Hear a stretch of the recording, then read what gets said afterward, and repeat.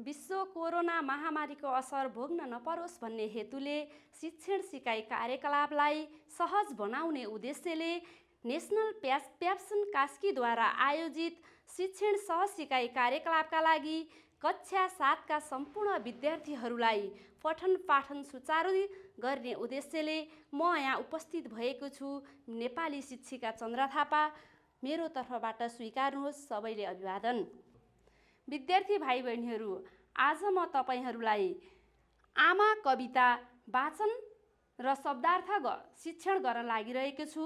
सबैले आफूलाई आवश्यक पर्ने शैक्षिक सामग्री लिएर अगाडि उपस्थित हुनुहोला है त। ल सुरु गरौँ। सबैभन्दा पहिला म तपाईहरूलाई लेखकको थोरै सामान्य परिचय दिन चाहन्छु। यस कविताका लेखक नेपाली साहित्यका मूर्धन्य कवि कृष्णप्रसाद भट्टराई विषम 1981 हुन्। यिनको जन्म भारतको बनारसमा भएको थियो। यिनका पिताको नाम शङ्कटा प्रसाद भट्टराई र आमाको नाम ललिता देवी भट्टराई हो। यिनी 4 सन्तान मध्येका सबैभन्दा कान्छा छोरा थिए।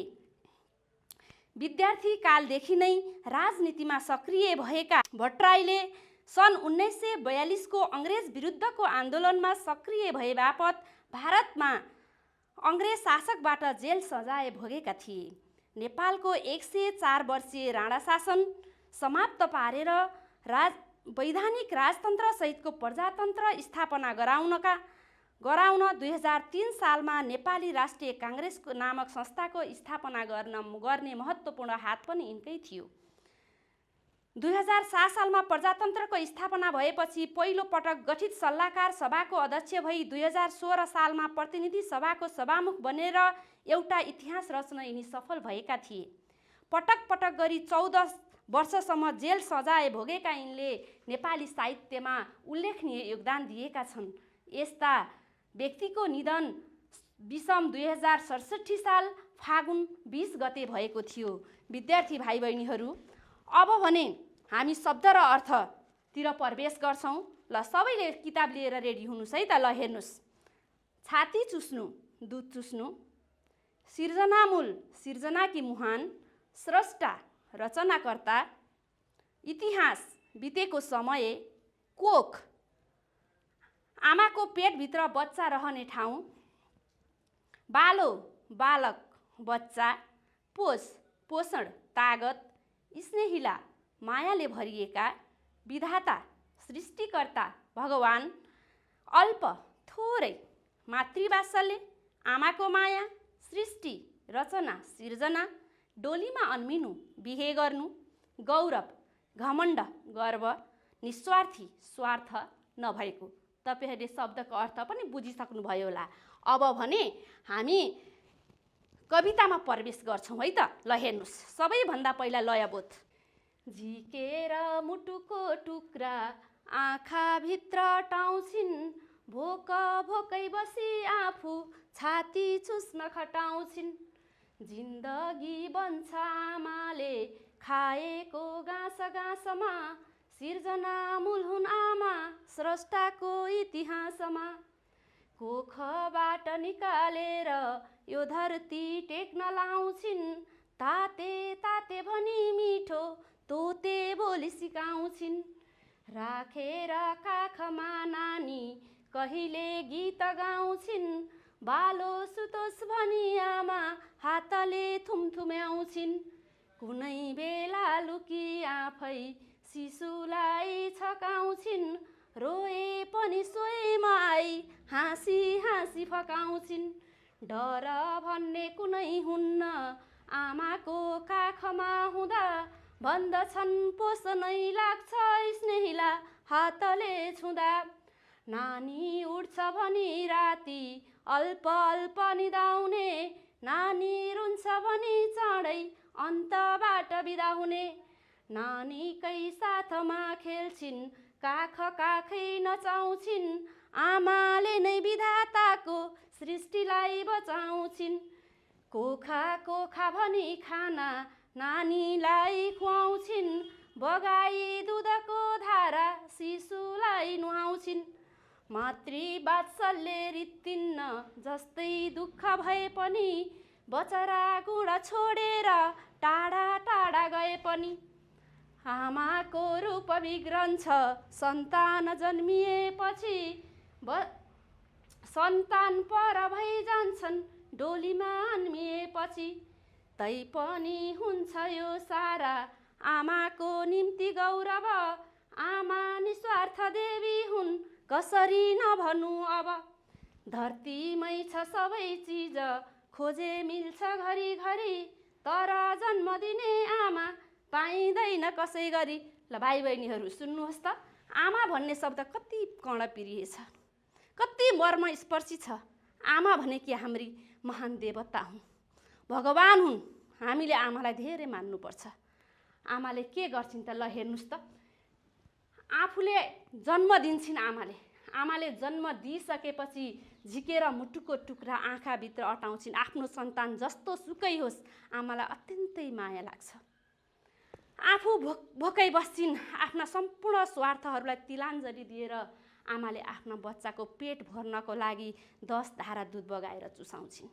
ल हेर्नुहोस्, जिन्दगी बन्छ आमाले खाएको घाँसमा। आमाले बच्चा पेटमा हुँदाखेरि, भ्रूण अवस्थामा हुँदाखेरि जस्तो किसिमको खाना खानुहुन्छ, बच्चाको स्वास्थ्य पनि त्यस्तै किसिमले बढ्दै जान्छ, त्यही अनुसार विकसित हुँदै जान्छ। आमाले यदि पोसिला खाना खानुहुन्छ भने बच्चाको स्वास्थ्य पनि पोसिलो हुन्छ, स्वस्थ हुन्छ। यदि आमाले अस्वस्थ खाना खानु भएको छ भने बच्चाहरू त्यस्तै अस्वस्थ खालका जन्मिने गर्छन्।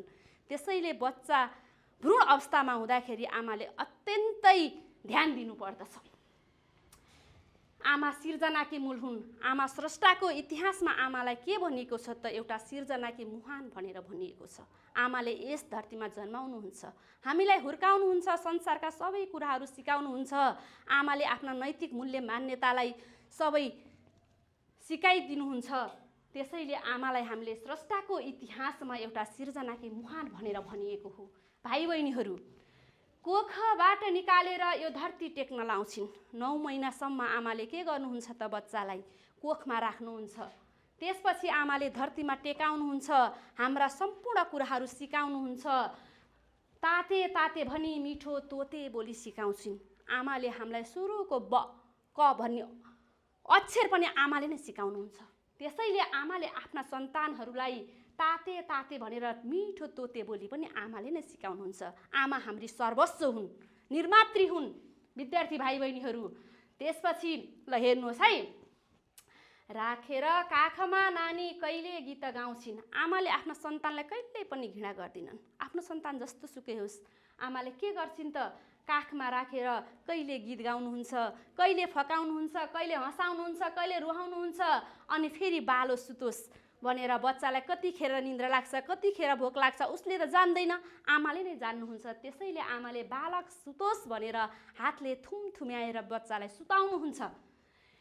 कुनै बेला लुकी आफै शिशुलाई छकाउँछिन्। ओहो, बच्चाले के गर्छ है त? मलाई देखेन भनेर आफ्नो मन सन्तोष पार्नको लागि आमाले घरिघरि लुकिदिनुहुन्छ। ओहो, कता जान्छ, के गर्छ, मलाई नदेख्दा बच्चा ढुक्क हुन्छ कि हुँदैन भनेर आमा लुक्नुहुन्छ। ल हेर्नुहोस्, कुनै बेला लुकी आफै शिशुलाई छकाउँछिन्। भन्दछ रोए पनि सोहीमा आए हाँसी हाँसी फकाउँछिन्। यदि बच्चा रोइहाल्यो भने पनि आमा हाँसिदिनुहुन्छ। आमा हाँसेको देखेपछि बच्चा पनि खुसी हुन्छ अनि हाँस्छ। ल हेर्नुहोस् है त, रोए पनि सोहीमा आए हाँसी हाँसी फकाउँछिन्। डर भन्ने कुनै हुन्न आमाको काखमा हुँदा। बच्चालाई आमाको काखमा हुँदा न खाने चिन्ता हुन्छ, न लाउने चिन्ता हुन्छ, न उसलाई कुनै किसिमका अभाव हुन्छन्। त्यसैले बच्चालाई आमाको काखमा हुँदाखेरि बच्चा स्वतन्त्र हुन्छ, उसलाई कुनै किसिमको पनि अभाव हुँदैन। त्यसैले कुनै डर भन्ने कुरा नै आफ्नी आमाको काखमा हुँदा बच्चालाई हुँदैन। र भन्दछन् पोषणै लाग्दछ स्नेहिला हातले छुँदा। स्नेहिला मायाले भरिएका हातहरू। आमाले छुँदाखेरि पनि मायाको त कुरै नगर्नु, आमाले एउटा हातले छुँदाखेरि बच्चालाई छुट्टै किसिमको ताप पैदा हुन्छ अरे हातबाट पनि, बच्चालाई पोषण तत्त्व पैदा हुन्छ। त्यसैले आमाले छुँदा पनि बच्चालाई एउटा किसिमको पोषण तत्त्व पैदा हुन्छ र पोष लाग्छ भनेर भनिएको छ। भाइ बहिनीहरू, ल हेर फेरि हेर्नुहोस् है, नानी उठ्छ भनी राति अल्प अल्प निदाउने, नानी रुन्छ भनी चाँडै अन्तबाट बिदा हुने। आमा कति महान छन्। आमाले जति माया आफ्ना सन्तानलाई अरू कसैले पनि गर्न सक्दैन। आफ्ना बच्चाका लागि राति सुताउँदाखेरि पनि बच्चाले कतै सिरकले मुख छोपेर गुम्सिन्छ कि, बच्चा रुन्छ कि, भोकाउँछ कि, दिसा पिसाब गरेर ढाडिन्छ कि आदि इत्यादि कुराहरू सोचेर आमा कहिल्यै पनि निर्धक्क भएर सुत्न सक्दिनन्। कति माया गर्नुहुन्छ आमाले हामीलाई। नानी रुन्छ भनी चाँडै अन्तबाट बिदा हुने, काहीँ काम विशेषले कतै जानुभयो भने पनि, काम विशेषले गर्दा घरबाट कतै जानु पर्यो, बच्चालाई छोडेर जानु पर्यो भने पनि आमा अत्यन्तै छिटो गरेर ओहो मेरो बच्चा भोकायो, बच्चाले केही गर्यो कि केही भयो कि भनेर छिटै घरमा आउनुहुन्छ। त्यसैले आमाले हामीलाई कति माया गर्नुहुन्छ, आफ्नो बच्चाका लागि कति मरिमेटी गर्नुहुन्छ। ल हेर्नुहोस् है त, नानीकै साथमा खेल्छिन्, काखै काखै नचाउँछिन्। आमा के गर्छिन् त, आफ्नै बच्चाको साथमा खेल्छिन्, बच्चाले काखै काखै लिएर नचाउँछिन्, खुसी बनाउँछिन्। आफ्नो सन्तानको खुसी नै आमाको लागि अत्यन्तै खुसीको कुरा हो, अत्यन्तै गौरव हो। आफ्नो बच्चा हाँसेको देख्दा आमालाई अत्यन्तै खुसी लाग्छ। आमाले नै विधाताको सृष्टिलाई बचाउँछिन्, पहिल्यैबाट चलिआएको। यदि आमा हुनुहुन्थेन भने त हाम्रो पनि त जन्म हुन्थेन नि त। त्यसैले आमाले नै सुरुबाट नै विधाताको सृष्टिलाई बचाएर राख्ने काम गर्नुभएको छ। भाइ बहिनीहरू, कोखा कोखा भनी खाना नानीलाई खुवाउँछिन्। आफ्नो बच्चा भोकायो भने अर्काले खुवाउँछ त, खुवाउँदैन नि, आफ्नी आमालाई मात्रै बच्चाको भोक प्यास हुन्छ। आमाले कोखा कोखा भनेर खाना खुवाउनुहुन्छ। बगाई दुधको धारा शिशुलाई नुहाउँछिन्। आफ्नो पोषण तत्त्व, सबैभन्दा बढी पोषक तत्त्व भनेको आमाको दुध हो। बच्चाको लागि आफ्नी आमाको काख अर्काको लाखभन्दा पनि महत्त्वपूर्ण हुन्छ। बुझ्नुभयो नि।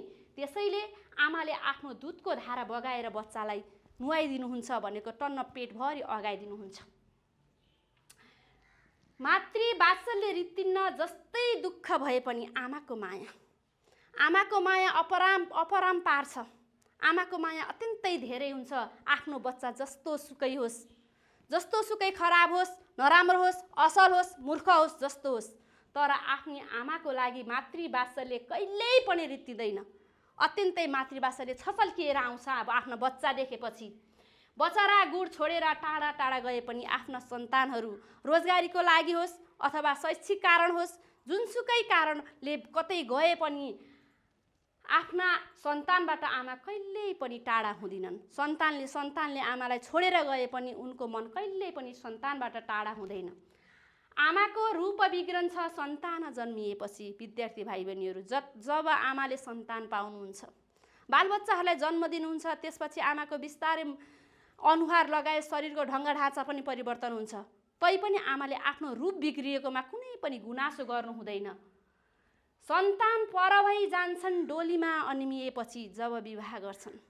आफ्ना सन्तानहरूले जब विवाह गर्छन् त्यसपछि सन्तानहरूले बिस्तारै आफ्ना आमालाई छोडेर बाहिर जाने तरखर गर्छन्। यस्तो अवस्थामा पनि आमाले कहिल्यै आफ्ना सन्तानको कुभलो सोच्नु हुँदैन। मेरो सन्तानलाई सधैँ राम्रो होस्, सधैँ भलो होस्, सधैँ सत्मार्गमा लागोस् भनेर भगवानसँग पुकारा गरिराख्नुहुन्छ। तैपनि हुन्छ यो सारा आमाको निम्ति गौरव। सन्तान जता गए पनि जेसुकै गरे पनि मेरो सन्तान असल बनोस् भनेर सन्तानले छोडेर गए पनि आफूले जतिसुकै दुःख कष्ट भोग्नु परे पनि आमाले अत्यन्तै गौरव मान्नुहुन्छ। यी सबै कुराहरू आमाका लागि गौरव हुन्छन्। आमा निस्वार्थी देवी हुन्, कसरी नभनौँ। अब हाम्री आमा हाम्रो लागि एउटा निस्वार्थ देवी हुन्। आफ्ना सन्तानका लागि निस्वार्थ देवी हुन्। आमाले कहिल्यै पनि सन्तानको कुभलो सोच्दिनन्। आमा मूल्यवान वस्तु हुन्। आमाले कहिल्यै आफ्नो सन्तान बिग्रियोस्, भत्कियोस्, नराम्रो होस् भनेर कहिल्यै पनि कुभावना, कुदृष्टि कहिल्यै पनि राख्दिनन् भाइ बहिनीहरू। त्यसैले आमा निस्वार्थी देवी हुन्। आफ्ना सम्पूर्ण स्वार्थलाई तिलाञ्जली दिएर आफ्ना बाल बच्चाका लागि आफ्नो जीवन जिउने आमा हामीले निस्वार्थी देवी सरह मान्नुपर्छ। विद्यार्थी भाइ बहिनीहरू, ल हेर है त, आमा कति मूल्यवान वस्तु हो त। धरतीमै छ सबै चिज, खोजे मिल्छ घरिघरि। पैसा छ, पैसा भएपछि धरतीमा जस्ता सुकै बहुमूल्य वस्तुहरू पनि किन्न सकिन्छन्, सकिँदैनन् त? सकिन्छन् नि। जस्ता सुकै मूल्यवान जतिसुकै पैसा पर्ने चिज पनि पैसा भएपछि किन्न सकिन्छ। तर जन्म दिने आमा पाइँदैन कसै गरी। कति मूल्यवान वस्तु रहेछ त आमा। तपाईका सुन चाँदी हिरा मोती भन्दा पनि अत्यन्तै सबैभन्दा महत्त्वपूर्ण वस्तु, सबैभन्दा मूल्यवान वस्तु भनेको आमा हो। बुझ्नुभयो नि? त्यसैले जन्म दिने आमालाई कहिल्यै पनि हामीले कुभावना राख्नु हुँदैन, कहिल्यै पनि हेलत्तो गर्नु हुँदैन। आमालाई हामीले सकभर अत्यन्तै सम्मानका साथ राख्नुपर्छ। आमाकै कारण त आज हामीले यो सृष्टि, यो संसार देख्न पाएका छौँ नि, होइन त विद्यार्थी भाइ बहिनीहरू? हो नि? बुझ्नुभयो त आजको पाठ? त्यसो भएदेखि तपाईँहरूले अब भोलि के गर्नुहुन्छ त? यो कविता लेखेर ल्याउनुहोस्, अनि शब्दको अर्थ पनि राम्रा अक्षरमा लेखेर ल्याउनुहोस् है त। यति भन्दै आजको क्लास म यहीँ विसर्जन गर्न चाहन्छु। हस्त, नमस्कार।